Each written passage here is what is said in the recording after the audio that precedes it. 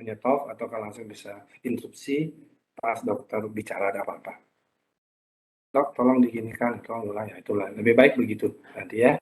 Kalau memang ada hal yang dianggap perlu diulang, ada belum jelas gitu, terlalu menurut Anda ya pokoknya masih yang ingin Anda komentari, silakan komentari. Baik, kita akan mulai kuliah imunologi, veteriner, dan vaksinologi. Nah, sekarang kita mulai dari tahapan duluan, ya pemahaman apa itu imunologi, gitu misalnya. Kita mulai dari sana, adalah merupakan ilmu yang mempelajari sistem pertahanan tubuh atau tanggap kebal. Mungkin ada terganggu sedikit dengan suara ayam atau suara mobil karena dokter ada rumahnya dekat dengan jalan ini juga. Kita akan mulai dulu dari sejarah perkembangannya. Jadi imunologi itu akan mempelajari ilmu yang sistem pertahanan tubuh atau tanggap kebal. Coba kita lihat dari awalnya gimana sih, gimana perkembangannya ilmu yang mempelajari kekebalan tubuh untuk sistem pertahanan tubuh ini. Kita coba dulu lihat ini untuk menanamkan dasar-dasar untuk berkembangnya nanti peminatan di bidang imunologi ini. Sehingga ternyata sejarahnya sedikit juga tahu. Kita akan mulai dari ternyata ilmu imunologi ini ada ilmu yang mempelajari sistem pertahanan tubuh ini berkembang dari zaman kerajaan itu. Dari sebelum Masehi ini dokter nggak tahu tahun 132 sampai 63 sebelum Masehi, berarti ilmu ini adalah sudah berkembang dari dulu dan terus nanti berkembang dari sesuai dengan perkembangan teknologi dan ilmu kesehatan. Nah, di zaman awal itu zaman kerajaan itu, kerajaan di Yunani, ada kerajaan Pontus di Yunani, itu rajanya, nah ini disebut ahli imunologi yang pertama di dunia, di tahun itu dia. Mengapa disebut ahli imunologi pertama di dunia? Nah, dia mulai belajar bagaimana, kalau zaman kerajaan itu adalah zaman berperang, sering berperang dia, raja itu ingin menguasai suatu daerah atau memperluas wilayah kekuasaannya. Nah, karena dia sering berperang gitu, jadi raja, dan ini diceritakan ringkasnya Raja Pontus Yunani ini, dia dengan pasukannya sudah lengkap gitu. Kalau pasukan perang tentaranya itu dia sudah, hanya dia ada masih ada ketakutannya kalau dalam berperang itu waktu diundang oleh lawan rajanya, itu kerajaan yang lain nanti, dia gimana kalau kita dalam makanan itu akan diberi racun gitu kan, akan diracun dengan perang dengan menggunakan racun itu yang dia takuti gitu, sehingga biasanya walaupun biasanya yang sebelum makanan itu kan dimakan oleh raja pasti dimakan oleh anak buahnya, sehingga anak buahnya yang keracunan duluan itu mestinya.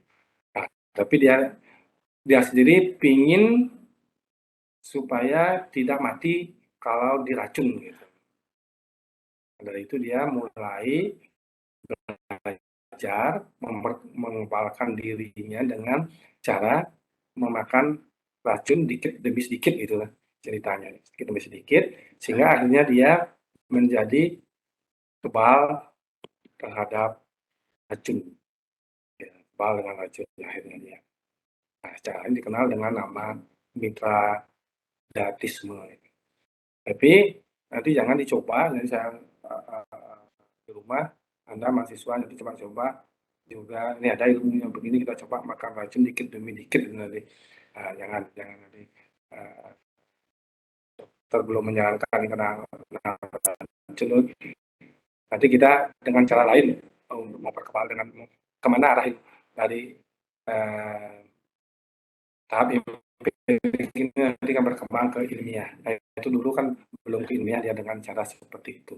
Tapi Anda jangan, dokter tidak menyarankan meniru karena nanti itu perlu gitu mungkin ya, perlu dosisnya berapa ini. Nah, kalau makan pedas misalnya itu boleh lah. Jadi makan pedas, jadi sedikit-sedikit makan pedas, nanti Anda kebal dengan makan pedas gitu. Sehingga makan cabai banyak pun tidak terasa, mungkin begitu modelnya. Ya, lebih aman kalau latihan seperti itu. Tuh. sehingga tubuh tuh menyesuaikan dia dari pelan-pelan menjadi dia kebal. Sedikit-sedikit lama-lama jadi kebal. Itu awalnya, kemudian ini akan meningkat ke abad selanjutnya. Nah, dari sini abad 12 itu di Cina mewabahlah penyakit cacar. Penyakit cacar.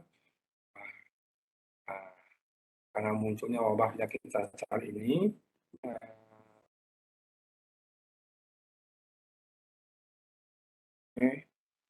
eh, masyarakat di sana menjadi resah sekali, jadi terutama terhadap gadis-gadis Cina yang, yang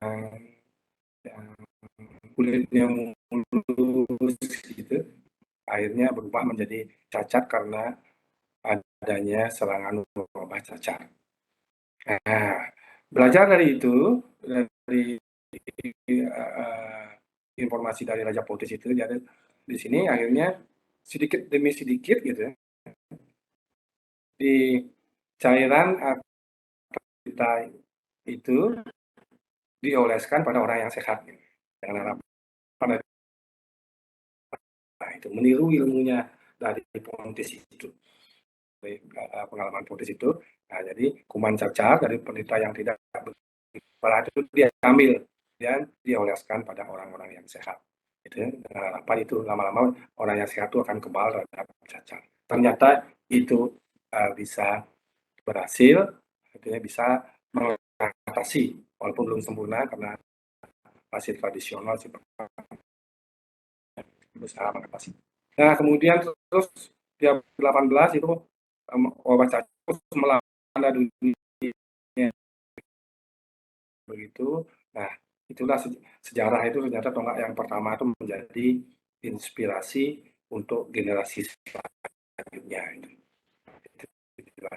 Jadi juga sama di sini malah kuman kulit-kulit orang yang menderita cacar itu diambil bekas-bekasnya dibuatkan serbuk, jadikan serbuk cacar. Itu kemudian bukan dioleskan di luar, malah ditolehkan di kulit gadis yang lainnya yang sehat, dengan harapan mereka tidak nanti terinfeksi oleh penyakit cacar. Nah, cara ini diberi nama variolasi. Cara memasukkan serbuk cacar pada gadis atau pada orang dan dengan cara ditolehkan pada bagian kulitnya itu dinamakan variolasi. Nah, berkembanglah dia sudah penyerapan ini dari sejarah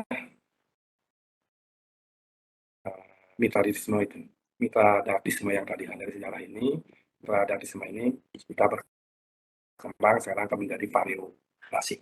Kemudian terus ya perkembangan imunologinya ini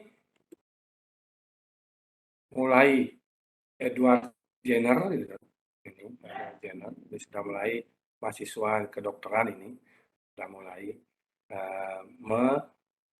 menerapkan atau mengadopsi gitu, dari pustaka-pustaka yang muncul sebelumnya itu dari sejarah yang muncul sebelumnya. Dia di sini menggunakan bibit penyakit cacar dari sapi yang ditularkan kepada manusia. Ya, sudah menggunakan sekarang bibit sapi yang menderita cacar itu ditularkan kepada manusia. Nah, itu pun yang ini dia melihat, kita mengamati bahwa pemerah susu itu atau gadis-gadis pemerah susu yang pada sapi yang kena cacar, tapi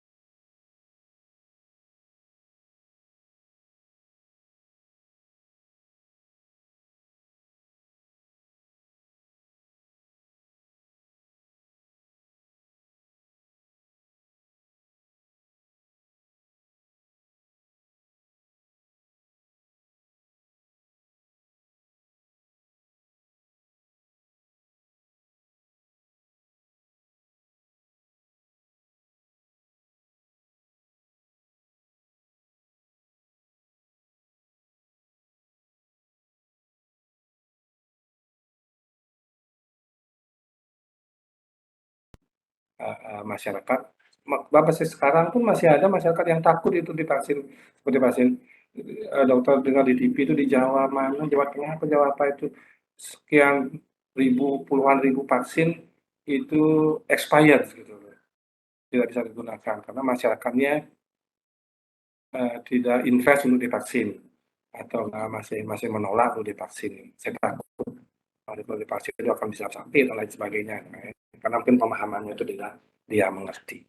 Nah, Anda nanti sebagai seorang kesehatan juga, kita juga dokter juga walaupun dokter hewan itu ilmunya ini tahu.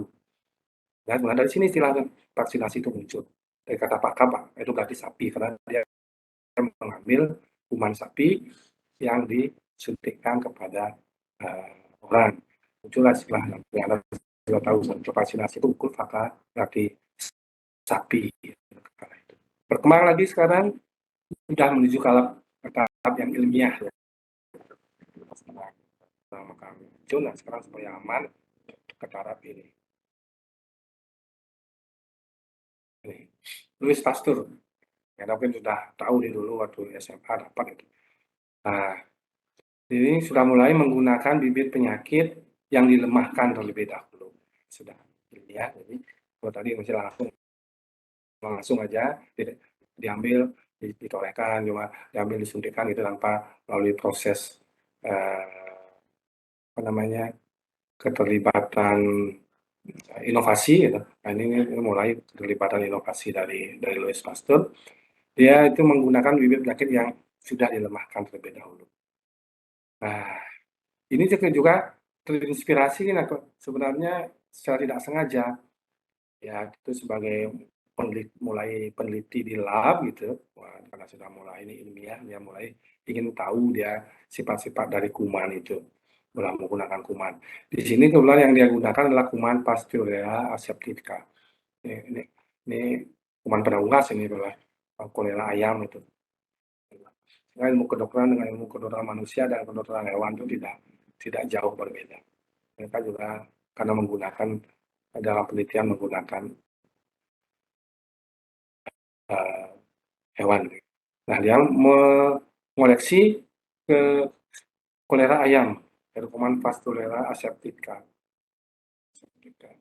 Nah, pada saat dia ingin membiakkan kumannya, ya, dia ada di liburnya gitu.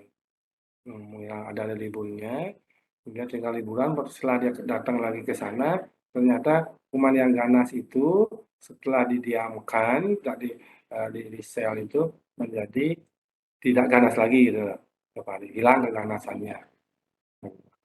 Berarti dia, nah kemudian itu coba disuntikkan kepada ayam yang sehat, ternyata ayam yang sehat itu menjadi tidak sakit. Nah, karena kumannya itu tidak berkembang lagi, dia tidak membiak lagi, dibiarkan selnya dia, agar zelnya, dia coba suntikan itu pada ayam yang sehat, ternyata ayam yang sehat tidak menjadi sakit. Nah, ini dianggap sama dia, berarti ini bisa memberikan kekebalan kepada hewan yang sehat. Nah, dia juga tetap menggunakan ada istilah vaksinasi. Jadi, sudah menggunakan kuman yang dilemahkan. Nah, sekarang akhirnya ini yang dikembangkan menggunakan kuman yang teman nanti kan di bulan terakhir akan di model vaksin itu akan dijelaskan oleh Dr. Mahardika nanti bagaimana itu perkembangan vaksin di samping dibuat dari kuman bisa dengan rekayasa genetik pun nanti akan dijelaskan untuk mengenai vaksin ini. Nah, ini perkembangan awalnya dia. Terus dari sini berkembang terus, ini bisa dipercepat nanti sejarahnya. Mekanisme bekerjanya sekarang terhadap benda asing dan ulang-ulang mulai dipelajari, berarti kuman yang dimasukkan itu mengapa dia bisa menjadi kan kekebalan, apa yang terjadi sebenarnya dalam tubuh. Nah, ini mulai diselidiki atau dianalisis gitu, mulai dengan perkembangan ilmu dari ilmuwan itulah dari sejarah itu ingin dia meningkatkan mengapa terjadi ini ya. Kalau dulu tidak dipikir itu sekarang dipikir mengapa terjadi ini. Nah, di sini Dia mencoba mekanisme efektor yang bekerja dalam tubuh terhadap benda asing. Apa sih yang terjadi? Nah, dia mencoba memasukkan duri mawar ke tubuh larva binatang laut. Itu yang waktu itu gampang dicari mungkin zaman. Nah, coba dimasukkan benda asing, apa yang akan terjadi? Ternyata dilihat ada kerumunan sel-sel yang bergerak di sekeliling duri tersebut. Ada sel yang ingin bergerak menuju benda asing itu. Nah, terus diamati dari sini, nah ternyata dia sudah mulai ada menggunakan mikroskop waktu itu. Nah, itu dia ternyata sel-sel itu yang ingin memakan benda asing itu diberi nama sel efektor fagosit. Sel efektor fagosit yang tujuan untuk memfagositasi atau memakan atau memusnahkan benda asing itu. Sehingga ada istilah fagositosis. Nah, teori inilah yang akan memunculkan teori imunitas seluler. Sekarang berkembang sekarang kita akan bicarakan juga nanti apa itu imunitas seluler. Jadi ada sel yang ingin ya, nanti akan berkembang siapa yang akan memerankan sebagai teori imunitas seluler. Nah, sekarang sebegitu dulu. Jadi sampai begitu dia sudah akhirnya menemukan satu tahap ilmiah bahwa benda asing yang masuk ke dalam tubuh itu akan dicari oleh sel efektor fagosit. Nah, ini di fagositosis, teori imunitas seluler. Sel radang ke sana. Nah, ini nanti mengenai fagositosis dan sel-sel makrofag, sel-sel makrofag ini akan diberikan oleh Dr. Besung. Nanti akan menjelaskan khusus mengenai sel fagosit ini atau makrofag ini. Propang. Kalau ini bisa Anda coba di rumah ini, boleh. Coba tusukkan duri ke tangan, mengapa benda asing itu, benda kecil masuk ke tangan, kok menjadikan tubuh itu merah, kemerahan meradang nanti kalau itu. Nah, itu berarti ada sel-sel efektor yang menuju benda asing. Itu Anda sering atau pernah ketusuk duri itu. Tapi durinya nggak bisa lepas, masih diam di dalam, besoknya pasti akan terjadi peradangan. Karena banyak sel radang menuju ke sana. Nah, itu dijelaskan oleh dokter Besuk. Nah, ini sudah muncul sekarang ada teori imunitas seluler. Jadi vaksinasi dari variolasi menjadi vaksinasi, mitraditisme pertama, jadi mitraditisme, kemudian berkembang menjadi variolasi, dari variolasi berkembang menjadi vaksinasi, dari vaksinasi berkembang dari penemuan imunitas seluler. Itu sudah perkembangannya. Nah, kemudian berkembang lagi odor. Pertama, ini ada ilmuwan yang mengamati pengaruh langsung dari serum imun terhadap mikroba. Kedua, dia ingin melihat juga tadi kalau si apa namanya si Eli ini yang melihat sel T-nya dari kuman yang sel-sel efektor yang menjalani ini lihat cairan tubuh kita, cairan tubuh yang menyerang kuman. Apa itu? Nah, ini pengaruh langsung dari serum cairan tubuh terhadap mikroba tanpa pengaruh komponen seluler. Nah, dia melanjutkan penelitian ini akan lama dilanjutkan kemudian terus oleh Behring kita satu terus. Nah, dia akhirnya menemukan bahwa serum atau cairan tubuh kita dapat menetralkan aktivitas dari waktu itu penyakit tetanus digunakan dan penyakit difteri. Apabila orang terkena itu yang ditakut dulu juga penyakit tetanus itu awal-awalnya mematikan gitu. Ternyata di dalam serum sebenarnya akan dapat menetralkan aktivitas tetanus dan difteri. Nah, terus ini dilanjutkan lagi penelitian ini sampai tahun 60-an gitu. Tahun 86 itu terus dipakai dasar digunakan penelitian lagi oleh peneliti yang lainnya, menemukanlah dua komponen dari serum itu. Jadi serum yang dapat menetralkan aktivitas bakteri tetanus dan difteri itu, setelah diamati apa sih sebenarnya ada di sana itu di serum itu gitu. Kenapa kok bisa menetralisir? Nah, ternyata dari serum itu akan ditemukan ada zat atau dalam serum itu zat yang bersifat termostabil, tahan dengan panas, apa disebut dengan antibodi. Proses yang paling antibodi. Nah, dari sini mulai muncul nanti antibodi. Kemudian ada lagi satu bagian yang termolabil dari serum itu atau mudah berubah, itu disebut dengan komplement. Nah, dari sini ada kuliah antibodi akan dan komplement akan diberikan oleh Prof. Mantik. Nah, sejarahnya begitu dulu. Nah, di sini ketemu akhirnya antibodi dan komplement dari serum yang dapat menetralisir komponen dari benda asing. Nah, muncullah nanti istilahnya di sini adalah antigen dan antibodi. Jadi antigen yang masuk, nanti akan bisa dinetralisir oleh antibodi. Nanti antigennya, kuliahnya akan diberikan oleh Yuniati. Di Yuniati, jadi setelah dari dokter ngasih 2 kali lagi, antigen, Prof. Yuni, habis itu langsung ke antibodi, Prof. Mantik. Habis itu baru TS. Apa itu antibodi, apa itu nanti di kuliahnya Prof. Mantik. Nah, itu sejarahnya berkembang, sampai di sini ketemulah antigen dan antibodi. Sampai di sini ada yang ingin ditanyakan? Ada dikomentari, silakan.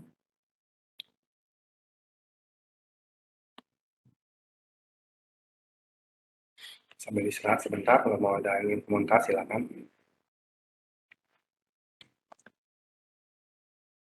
Ada? Izin bertanya, Dok. Iya.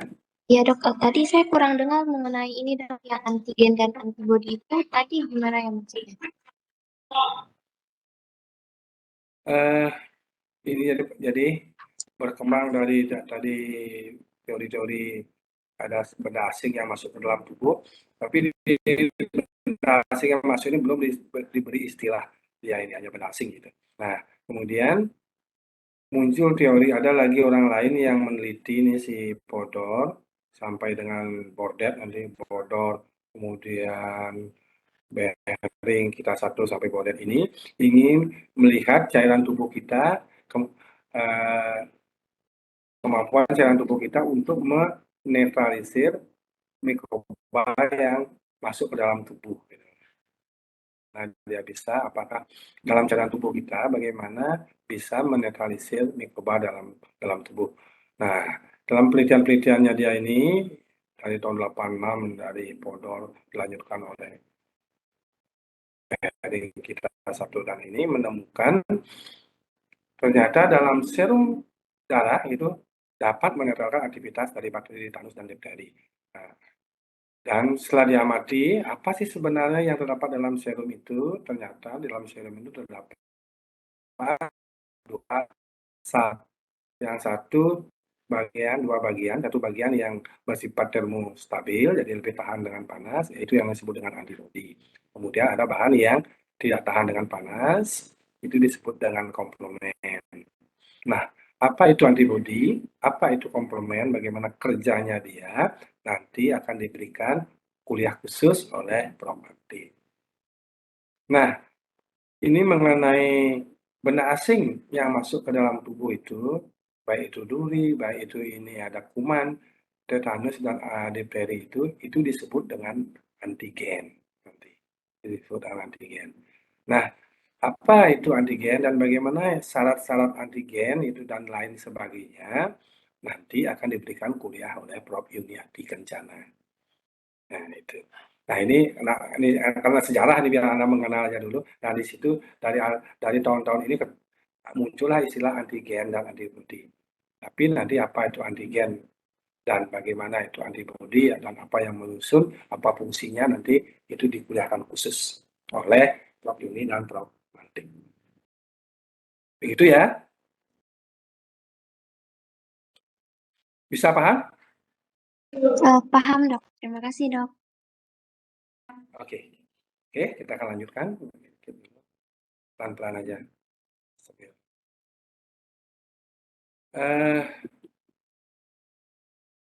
Ini kita kronologi dalam perkembangan ilmu ini mana dia gitu. Ketemu tadi kekebalan seluler dan humoral itu dari serum itu. Orang menemukan tentang teori seluler dan teori serumnya nanti menjadi teori humoral nanti, istilah penemuan antibodi tadi. Dia ingin mempelajari, ada nggak hubungan dari kedua ini? Ada nggak sel tubuh ini, sel pertahanan tubuh kita dari baru seluler dan serum, dia itu berhubungan atau bekerja sendiri? Pelajari ini, ternyata setelah dipelajari bahwa fagositosis, tadi sel teori seluler tadi kan memfagositosis, dia memfagositosis benda asing, yang ada duri yang masuk dalam tubuh itu. Nah, jadi benda asing yang akan diberikan itu nanti dengan istilah antigen akan lebih mudah difagositosis apabila ditambahkan dengan serum yang imun tadi itu, serum yang memiliki kekebalan itu yang disebutkan antibodi dan komplement tadi. Apabila itu dia ditambahkan ke dalam tubuh, artinya tubuh seseorang itu ditambahkan dengan serum itu, maka proses fagositosisnya atau memakan kuman itu akan terjadi lebih mudah. Itu lebih mudah dia. Nah, dia pelajari itu berarti ada kerjasama. Ada fungsi dari serum itu akan mempermudah proses fagositosis dari benda asing yang masuk dalam tubuh. Nah, bahan yang terdapat dalam serum itu yang mempermudah proses itu akhirnya disebut dengan opsonin. Nanti menjadi limfokin gitu nanti dia. Opsonin limfokin ini mempermudah terjadinya proses fagositosis. Jadi kuliah tentang opsonin atau limfokin akan diberikan oleh Prof. Nyoman Soeharto, Pak Dekan. Nah, Dekan berikan kelas sekali nanti tentang opsonin ini. Prosesnya disebut dengan opsonisasi. Proses terjadinya opsonin, jadi mempermudah fagositosis itu disebut dengan prosesnya opsonisasi, dan bahan yang mempermudah terjadinya fagositosis itu adalah disebut dengan opsonin. Opsonin itu terdapat di dalam serum. Jadi nanti kita akan bahas nanti sebentar menjadi sel T dan sel B nanti belakang. Terima dulu ini, jadi bahwa fagositosis akan dipermudah apabila ditambahkan serum yang imun tadi, yaitu nah serum yang mempermudah itu akhirnya bahannya disebut opsonin. Tadi kan ada antibodi, ada antibodi dan komplement. Nah, ada lagi satu nanti yang berfungsi itu adalah opsonin. Nah, opsonin inilah disebut nanti proses dari fagositosis dengan penambahan serum itu disebut dengan opsonisasi. Prosesnya opsonisasi, startnya disebut dengan opsonin, ada limfokin nanti berkembang nanti menjadi limfokin yang mempermudah proses fagositosis. Nah, begitu perkembangannya, jadi sehingga sekarang teori seluler dan serum itu bukan berpisah, bukan satu-satu dia. Tadi kan yang penemunya tadi memang orang berbeda, tapi menurut Ulrich dan Douglas ini ingin menjembatani fungsi dari teori seluler dan teori serum. Nah, jadi teori serum dan teori akan belakangan disebut nanti seluler dan humoral gitu nanti belakangan. Tapi dia pada saat dia belum disebut dengan humoral, tapi teori seluler dan serum. Sedangkan nanti kita bahas di respon imun itu adalah teori seluler dan humoral nantinya. Nah, kita lihat lagi tahap sejarah ini, kita tidak mau merubah kata-kata anunya, istilahnya, tapi nanti belakangan akan dirubah. Nah, kembali tahap modern, kemudian terus sampai tahun 1940-an sekarang, peran dipelajari inilah peran dari sel-sel tubuh kita yang menghasilkan tadi sel T tadi sebagai fagositosit itu. Nah, dipelajari peran dari kelenjar-kelenjar yang ada dalam tubuh kita. Di sini yang mulai dipelajari peran dari kelenjar timus, itu yang akan berperan nanti ke arah sel T, kita akan banyak bahas nanti, itu berperan terhadap kekebalan seluler, menyebabkan fagositosis tadi. Ternyata itu adalah peran dari kelenjar timus yang menghasilkan zat bisa berfungsi sebagai fagositosis yang nantinya akan diberi nama sel T nantinya. Itu yang nantinya. Nah, ini arah perkembangan imunologi terus kemudian berkembang. Singkat cerita, singkat sejarah, dan akhirnya dari sejarah-sejarah yang tadi berkembang menjadi cabang ilmu imunopatologi, imunogenetik, imunologi tumor, imunologi transplantasi, imunokimia, alergi, autoimunitas. Nah, itu perkembangan nanti. Nah, itu singkat ceritanya akan seperti itu dari sejarah yang sebelumnya. Nah, ini nanti kan dalam perkuliahan akan dibahas mengenai hal-hal ini, walaupun tidak mendetail. Nanti kita pilihkan memang yang anggap penting-penting dulu untuk S1, yang lainnya bisa diberikan di S2 seperti imunologi tumor, itu mungkin ya, lebih banyak di S2. S1 mungkin perkenalan aja, nanti imunokimia itu lebih banyak nanti untuk S2 gitu. Jadi kuliahnya akan disinggung sedikit karena waktunya cuma 1 semester. Nah, itulah saya perkembangan dari zaman tradisional, dari tahap tradisional, tahap empirik gitu kan, tahap kerajaan sampai tahap ilmuwan atau tahap modern. Nah, di tahap modern ini terus berkembang sehingga menghasilkan novel di bidang imunologi. Ini pertama novel itu diterima oleh bahan Serap dan Snail tahun 80. Baru-baru ini artinya tahun 80 sudah menciptakan dari sejarah tadi, akhirnya terus beralih mempelajari penggunaan imunologi, akhirnya menemukan sampai Nobel tahun 80. Itu artinya pembukaan sel dalam usaha pencakokan sel. Jadi setelah implantasi, jadi orang bisa mencakup kalau ada luka, kalau kulitnya kebakar begitu, kemudian diambilkan kulit bagian yang lain dengan menggunakan teori implantasi ini. Dengan sistem ini akhirnya memberikan Nobel tahun 80. Dan tahun 84 berkembang dari mengenai serum itu, yaitu mengenai antibody, dipelajari terus, nanti muncullah dihasilkan antibody monoklonal. Kemudian dia memperoleh antibody monoklonal itu, Milstein dan Kohler, tahun 84 juga diberi Nobel di bidang imunologi. Itu perkembangan dari sejarah tradisional, dari makan racun dengan menggunakan perkembangan ilmiah, bisa meraih Nobel di bidang ilmu pengetahuan, yaitu dengan dasar imunologi. Nah, sehingga terus imunologi berkembang, sehingga imunologi ke depannya itu yang disebut dengan imunologi masa depan. Jadi future of medicine dalam kedokteran itu penyakit-penyakit yang diagnostik itu akhirnya menggunakan imunologi. Nah, itulah yang mau terakhir sekarang perkembangan vaksin gitu. Semua itu karena ilmu dasarnya ilmu imunologi ini. Muncul wabah-wabah termasuk yang terakhir corona virus, kemudian muncul kalau di hewan PMK sekarang muncul, itu juga nanti sebenarnya menggunakan ilmu-ilmu imunologi untuk mengatasinya dengan pemakaian vaksin yang selalu dikembangkan dan diagnosis lab dengan menggunakan imunodiagnostik. Gitu.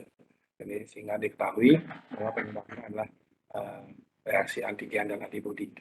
Reaksi antigen dan antibodi itu nanti dasarnya untuk perkembangan diagnostik imunologi. Nah, itu ada nanti kuliahnya, di bagian akhir ada imunodiagnostik. Itu sedikit dikembangkan. Nah, itu mengenai sejarah dari perkembangan ilmu imunologi. Sekarang terus juga dikembangkan mengenai biakan sel dan lain sebagainya. Nah, itulah ini untuk memahami aja Anda begitu mendalami untuk lebih mencintai nanti ke belakangnya dari pelajaran-pelajaran yang dikembangkan oleh atau dijelaskan oleh dosen-dosen selanjutnya dari antigen, antibody, limfokin, sitokin, itu nanti dosen-dosen makrofag itu oleh dosen-dosen yang sudah dokter katakan tadi pembagiannya. Nah, inilah mengenai sejarah. Jadi sudah cukup sampai di sini aja dokter ringkas gitu sebagai dasar. Apa ada yang mau ditanyakan? Maaf mengganggu Dok, izin bertanya. Iya. Ini terkait absen Dok, ada beberapa teman yang dia ikut Webex dari pagi, tapi dia lupa absen di OASE, itu gimana ya Dok? Tak bisa absen gitu? Iya. Kan sudah dianukan di sana. Apa masalahnya? Mereka ada beberapa yang lupa buka OAC, Dok. Oh iya, berarti lewat jamnya berarti dia. Iya, itu absennya gimana nggih, Dok? Ya harus, ya nanti kalau di-setting lagi jam ininya, OAS-nya. Itu harus merubah settingan itu nanti. Ya makanya sudah dikasih tahu kan 30 menit sebelum itu harus Anda membuka OAS.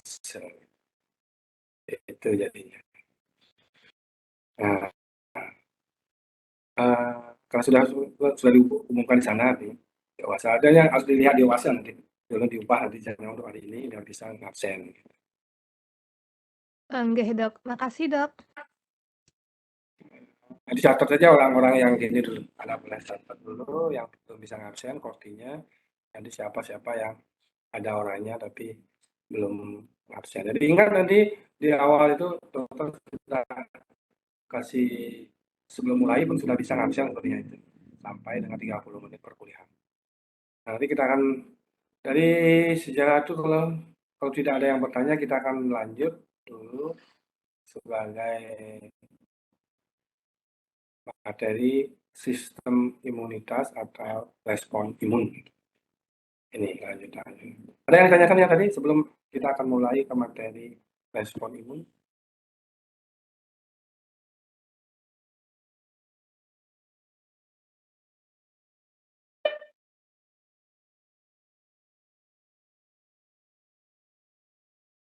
Silakan kalau ada yang mau tanya. Gimana?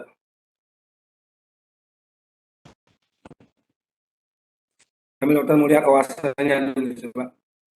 Buka OAS-nya juga bisa nggak? Oh ya harus stop sharing ya belum buka OAS. OAS-nya harus stop sharing dia. Coba lihat dulu. Saya bisa tambahkan OAS-nya.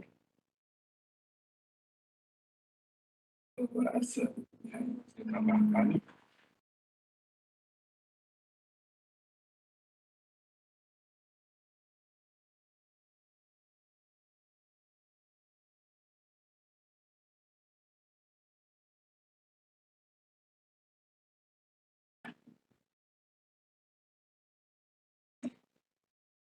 Coba dokter edit dulu settingan OAS-nya coba. Dokter coba dulu 30 menit. Tapi waktunya harus dirubah.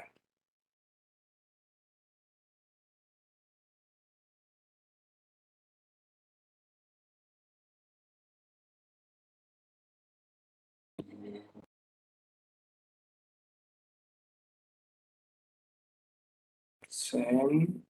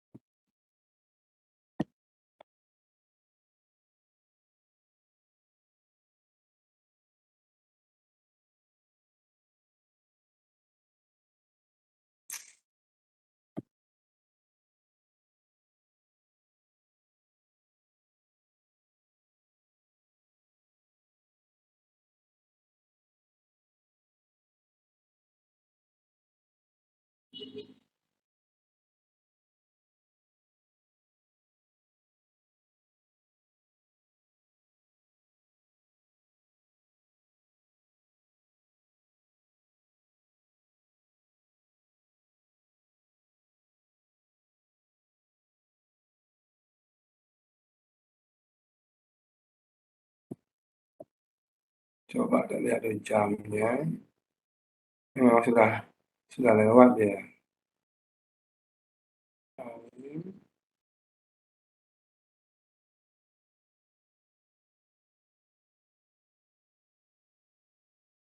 10, 0, 0.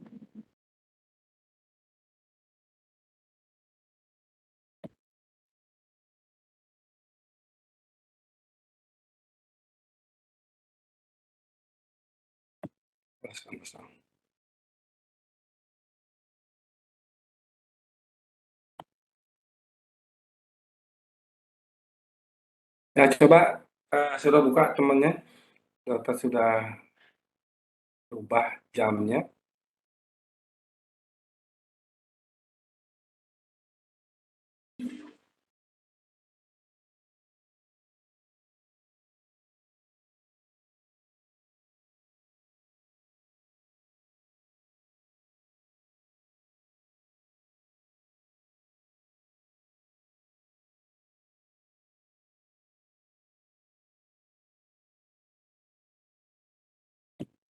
Udah.